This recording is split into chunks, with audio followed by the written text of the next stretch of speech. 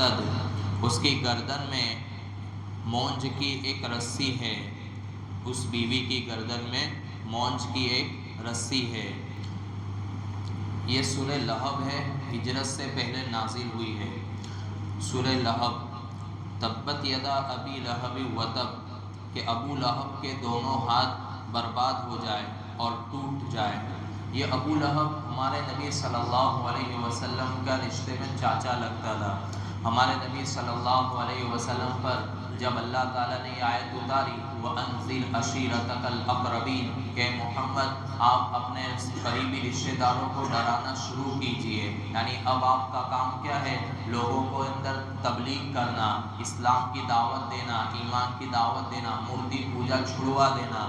تو ہمارے نبی صلی اللہ علیہ وسلم نے سب سے پہلے کیا کیا؟ لوگوں کو جمع کیا صفا پہاڑی پر، صفا مروہ جو پہاڑ ہے اس صفا پہاڑ کے اوپر چڑھے اور لوگوں کو آواز دینا شروع کیا کہ اے بنی عبد مناف، اے بنی قریش، یہ سب الفاظ سے آواز دی۔ تو یہ جب الفاظ سے آواز دی تو جب یہ الفاظ کہے جاتے تھے تو اس وقت لوگ اس کو خطرے کی گھنٹی سمجھتے تھے، یعنی ایسا لگتا تھا کہ کوئی حملہ ہونے والا ہے۔ خطرے کی گھنٹی سمجھے جاتے تھے ان الفاظ کو، کیونکہ پورے خاندان کا نام لیا جاتا تھا۔ تو اللہ کے رسول صلی اللہ علیہ وسلم نے آواز دے کر سب کو اکٹھا کر دیا، سب کو جمع کر دیا۔ پھر اللہ کے رسول صلی اللہ علیہ وسلم نے لوگوں کے سامنے کہا کہ دیکھو اے لوگوں، میں تمہارے سامنے ایک بات پیش کر رہا ہوں، وہ یہ ہے کہ میں تم کو اگر یہ کہوں کہ تمہارے پیچھے، تمہارے پہاڑ کے پیچھے، تمہارے پیچھے ایک لشکر ہے جو تم پر حملہ کرنے والا ہے، تو کیا تم میری بات مانو گے؟ تو لوگوں نے کہا کہ ہاں ہم آپ کی بات مانیں گے، اس لیے کہ ہم نے آپ کو ہمیشہ سچ بولتے ہوئے پایا ہے۔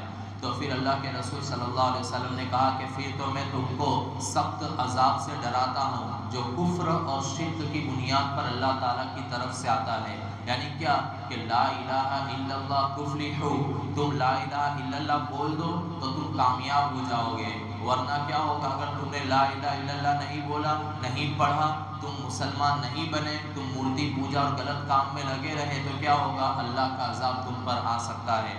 تو اس محفل میں، اس مجلس کے اندر ہے ہمارے نبی صلی اللہ علیہ وسلم کا چاچا ابو لہب بھی تھا، اور اس نے کہا کہ تبا لک لہٰذا جماعتنا، اس نے یوں ہاتھ سے اشارہ کر کے کہا کہ محمد تو برباد ہو جائے، کیا تو نے ہم کو اس لیے جمع کیا ہے؟ یعنی جھڑک کر اس نے ہمارے نبی کی بے عزتی کی، ہمارے نبی کے لیے یہ الفاظ بولے تبا لک کہ تیرا ناس ہو، تو برباد ہو جائے، لہٰذا جماعتنا، کیا تو نے ہم کو اس لیے جمع کیا ہے؟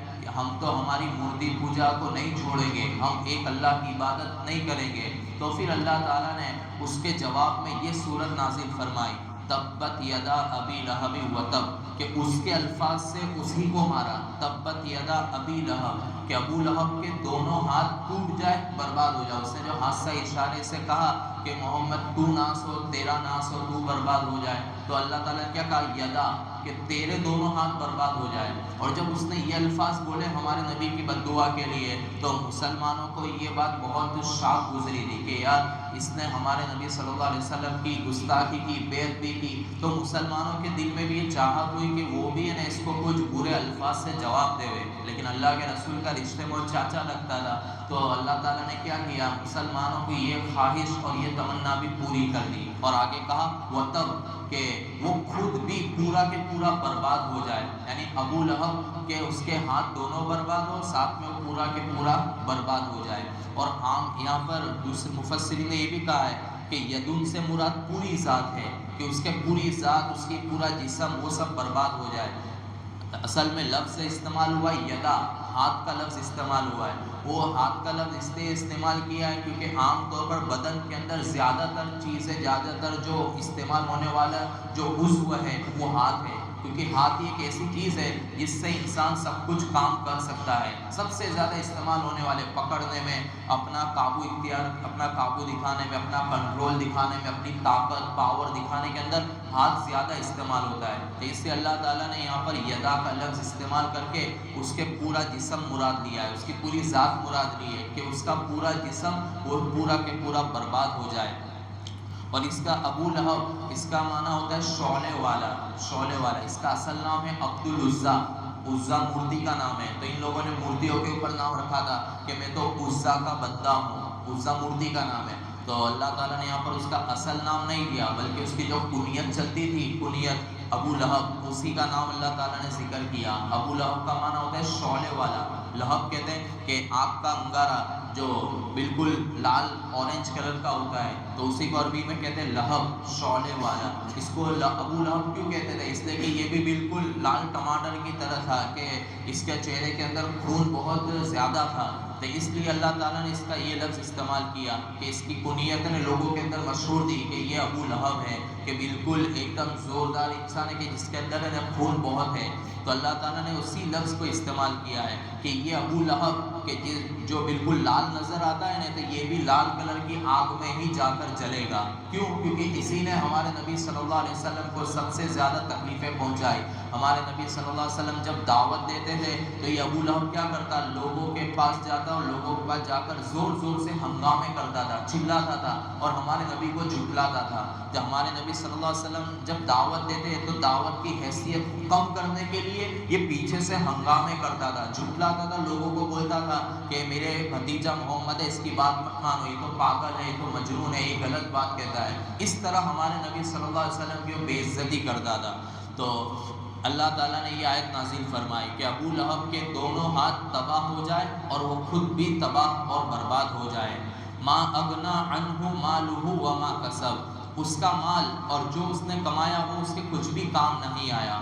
مال سے مراد اس کا سرمایہ، کہ جو ابو لہب عرب کا مالدار سردار تھا، مالدار آدمی تھا، تو اس کے پاس جو مال ہے اور مال کے ذریعے وہ جو نفع کماتا ہے، یہ دونوں چیزیں اس کے کچھ بھی کام نہیں آئی۔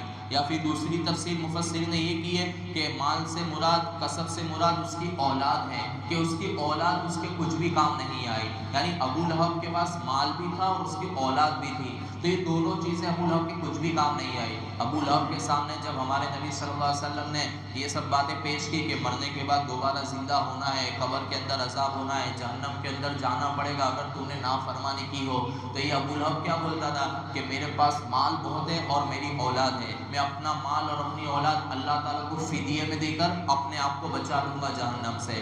تو اللہ تعالیٰ نے فرمایا ما اغنا عنہ، ابو لہب کا مال اور اس کی جو کمائی ہے یعنی اولاد، یہ کچھ بھی کام نہیں آئے گا قیامت کے دن۔ قیامت کے دن کوئی بھی ایسا فدیہ ودیہ نہیں چلے گا، وہاں پر تو بس یہی چلے گا کہ اگر اعمال اچھے کیے تو اچھا بدلہ ملے گا، برے اعمال کیے تو سزا بھگتنی پڑے گی۔ انسان یوں سوچے گا کہ میں اپنا مال اپنی بیوی بچوں کو دے کر بچ جاؤں، جس طرح دنیا میں کرتا تھا، کہ دنیا میں کیا ہوتا ہے جب کوئی بڑا جرم کرتا ہے تو آدمی اپنی طرف سے کسی اور کو فدیے میں بدلے میں دے دیتا ہے یا بڑی رقم دے دیتا ہے اپنی ذات کو بچانے کے لیے۔ تو اس نے یوں سوچا تو اللہ تعالیٰ نے اس کی سوچ کو توڑ دیا اور کہا کہ قیامت کے دن ایسا کچھ نہیں ہوگا، ابو لہب کا مال اور اس کی اولاد کچھ بھی کام نہیں آئے گی۔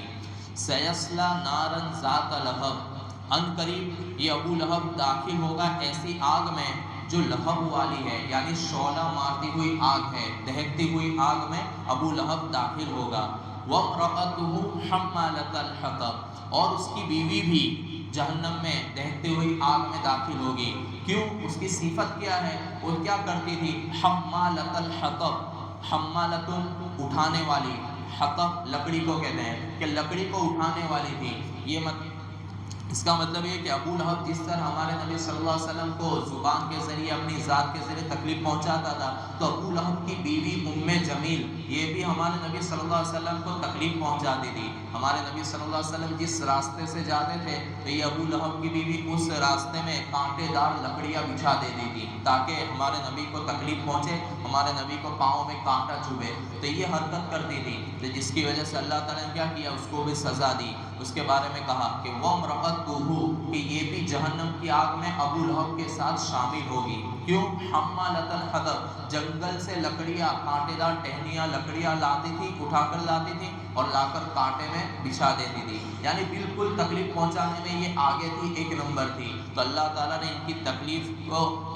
تکلیف جو ہمارے نبی کو پہنچاتے تھے تو اس کی سزا بھی ان کو بھگتنی پڑے گی قیامت کے دن۔ فی جیدہا حبل من مسد، اس کی گردن میں مونج کی ایک موٹی رسی ہے۔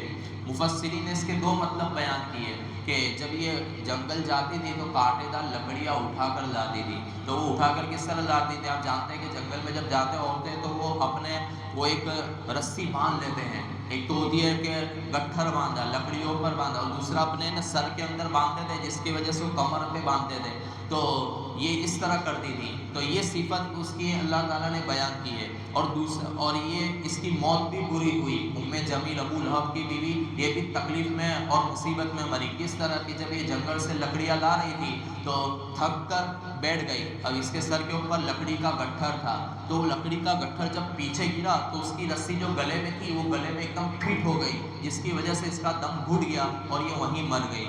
اور دوسرا مطلب مفسرین نے یہ بیان کیا ہے کہ اس کی گردن میں مونج کی رسی ہے، مطلب یہ کہ قیامت کے دن جب ابو لہب جہنم میں جائے گا تو زقوم کا ایک درخت ہے جہنم کے اندر، تو اس کے قریب کے میں یہ ابو لہب کی بیویاں لکڑیاں لا کر اکٹھا کرے گی، کیوں؟ تاکہ آگ اور بھڑکے اور اس کے شوہر اور اس کو اور جلائے، تو یہ کام کرے گی جہنم کے اندر، کہ زقوم کا جو درخت ہے جہنم کے اندر آگ کے اندر جو اگا ہوا ہے اس کے قریب میں لا کر یہ لکڑیاں ایندھن جمع کرے گی ابو لہب کی بیوی، تاکہ آگ اور بھڑکے۔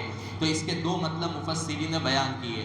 تو بتانا یہ ہے کہ ہمارے نبی صلی اللہ علیہ وسلم نے جب حق بات بولنا شروع کیا تو ہمارے نبی کی عزت کے اوپر حملے ہوئے، ہمارے نبی کو تکلیفیں پہنچائی گئی۔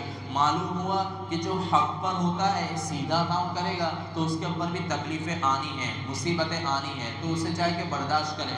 ہمارے نبی پر جب ابو لہب نے یہ بولا کہ اے محمد تیرا ناس تو برباد ہو جائے، تو ہمارے نبی نے ابو لہب کو ایک لفظ نہیں کہا، چپ سہ لیا، برداشت کر لیا، ایک لفظ نہیں کہا۔ تو اللہ تعالیٰ نے ہمارے نبی کے صبر کی وجہ سے اللہ تعالیٰ نے جواب دیا کہ تبت یدا ابی لہب وتب، کہ معلوم ہوا کہ جب تکلیفیں مصیبتیں آوے اور قربانی دینے کا وقت ہو تو آدمی کو چاہیے کہ حق پر جمے رہے اور قربانی دے، برداشت کر دے، اس لیے کہ مخالفین تو ہوتے ہی ہیں، ہاں کچھ زمانے کے بعد پھر اس مخالفت کا جواب دیا جاتا ہے، لیکن بتانے کہ جب انسان حق بات بولنا شروع کرے یا پھر حق کی تعلیم دینا شروع کرے اور شروعات کے اندر، شروع زمانے کے اندر اگر کوئی مصیبتیں تکلیفیں آوے تو اسے برداشت کر لیا کرے۔ جیسے کہ دنیا کے اندر بھی ہے کہ ہم جب کوئی دنیا کا کام کرتے ہیں تو جب اس کی شروعات ہوتی ہے نا تو مصیبتیں آتی ہے، کوئی چھیڑنے آتا ہے، کوئی الگ الگ رائے دینے آتا ہے جو بالکل گھٹیا قسم کی رائے ہوتی ہے، کوئی اس لیے آتا ہے تاکہ یہ حق بات بولنا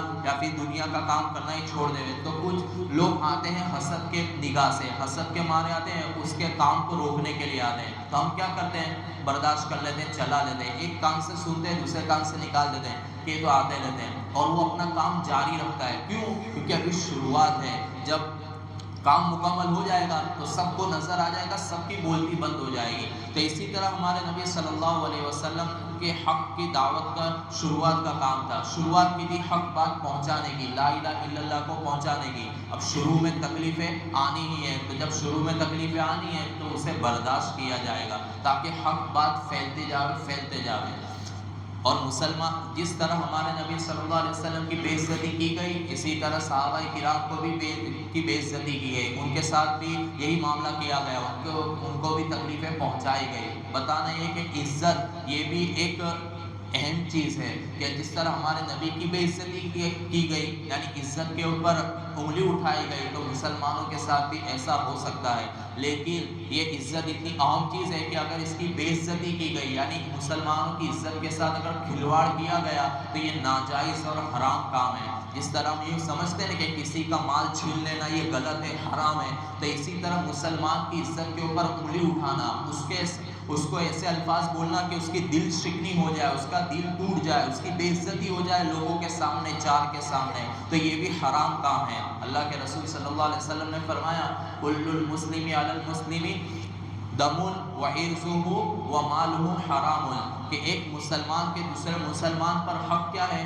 کہ اس کا خون بہانا، اس کو قتل کرنا حرام ہے، اس کی بے عزتی کرنا حرام ہے، اس کا مال چھیننا حرام ہے۔ کہ جس طرح انسان قتل کرنے کو، مال چھیننے کو ناجائز، گناہ اور حرام سمجھتا ہے، اسی طرح کسی کے سامنے اس کی بے عزتی کر دینا، اس کے یا پھر اگر وہ موجود نہیں ہے تو اس کی بے عزتی کے چرچے کرنا یہ بھی حرام اور ناجائز ہے۔ اور اگر وہ اپنی عزت کے لیے لڑے گا تو اس کو یہ بھی لڑنے کا حق ہے، کیوں؟ کیونکہ وہ اپنی عزت کے لیے لڑا ہے۔ حدیث پاک میں کہ اگر کوئی آدمی اپنی عزت کو بچانے کے لیے لڑا تو اور اگر مارا گیا تو بھی وہ شہید کہلائے گا۔ اسی طرح حدیث پاک میں یہ بھی ہے کہ اگر کوئی مسلمان دوسرے مسلمان کی غیر موجودگی میں غیبت کر رہا ہے اور تیسرا مسلمان جو اس کے ساتھ میں بیٹھا ہے وہ اپنے غیر موجود بھائی کی عزت کا دفاع کرتا ہے، تو یہ بہترین ثواب کا کام اس نے کیا کہ اپنے بھائی کی عزت کو اس نے بچایا۔